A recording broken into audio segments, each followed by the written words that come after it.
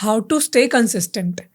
अब अगर हम बोलें कि यार मोटिवेशन नहीं है, motivation can not last long, है ना। हाँ. मोटिवेशन तो आज है कल नहीं है, उससे फर्क नहीं पड़ता। तो कंसिस्टेंसी का सीक्रेट क्या है?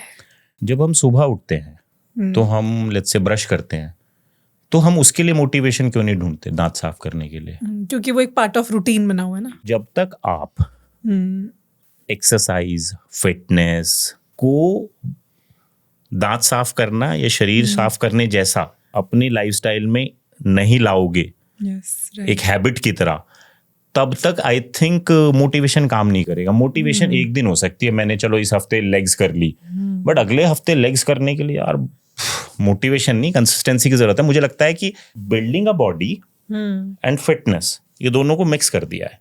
तो मैं बोलना चाहता हूं कि इफ यू वांट टू कि आपको अच्छा दिखना है, चाहे वो बॉडी फैट कम करना हो, मसल बिल्ड करना हो, you just need one thing, रोज जाओ, वर्कआउट करो। उसका एक रूटीन होना चाहिए कि कितना करना है, कैसे करना है, बट वो वैसे होना चाहिए कि हफ्ते में जितनी बार ब्रश हुआ, जितनी बार नहाना हुआ, उतनी बार जिम हुआ और वर्कआउट हुआ। हमने बचपन से सीख लिया और मोटिवेटेड रहना चाहिए। अरे आप 24 घंटे 365 दिन मोटिवेट नहीं रह सकते।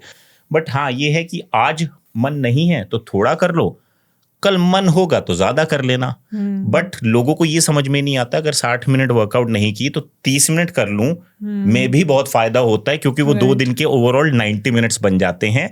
बट अगर आप इस दिन 30 मिनट्स मिस कर देते हो तो 60 मिनट्स बनते हैं। और मैंने तो ये बहुत बार खुद का मेरा एक्सपीरियंस है कि जिस दिन नहीं भी हिम्मत या मन या for any reason health gym जाने का नहीं आ रहा ना, फिर भी अगर एक बार उठ के चले जाओ ना कि चलो यार कोई बात नहीं, 10 मिनट थोड़ा ट्रेडमिल ही करके आ जाएंगे, I end up doing a full session. Blood flow हो जाता है, क्योंकि वो जाके आपको लगता है कि अरे अभी तो मजा आने लगा है, अब तो शुरू है, अब तो सब सही हो रहा है, मूड भी अच्छा हो रहा है, एनर्जी भी आ गई है, थकावट भी उतर गई है, मजा आ रहा है। तो वो कब 1-1.5 घंटा हो जाता है, आई थिंक वो शुरू करने की देर होती है। And Yatinder at the same time मुझे लगता है कि जो हम कंसिस्टेंसी की बात कर रहे हैं कि इसको अपने रूटीन में डालो, एक डेली लाइफ का हिस्सा बनाओ, जिस तरह से ब्रश करना और नहाना है नॉन नेगोशिएबल हैबिट की तरह इसको डालो।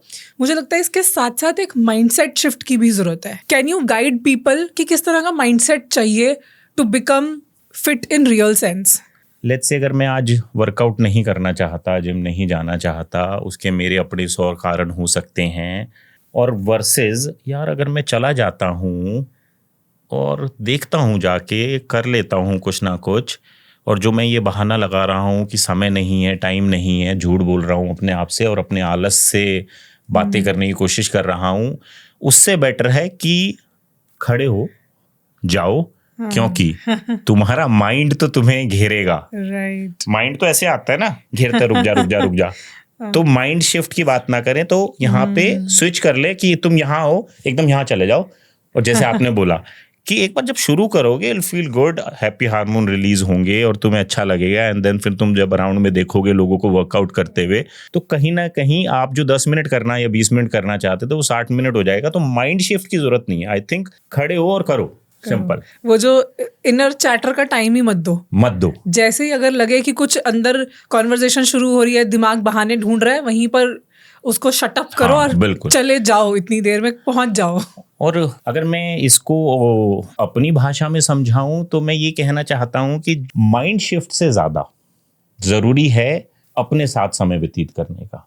आज नहीं तो कल नहीं तो साल भर बाद तुम ये फिगर आउट करोगे, यार मैंने बहुत सारा समय व्यतीत कर लिया सबके साथ, एंड देन हु एम आई, मैं कौन हूं? ठीक है, इज दिस द स्किन, या फिर जो ये बात कर रहा है, या मेरी सोल?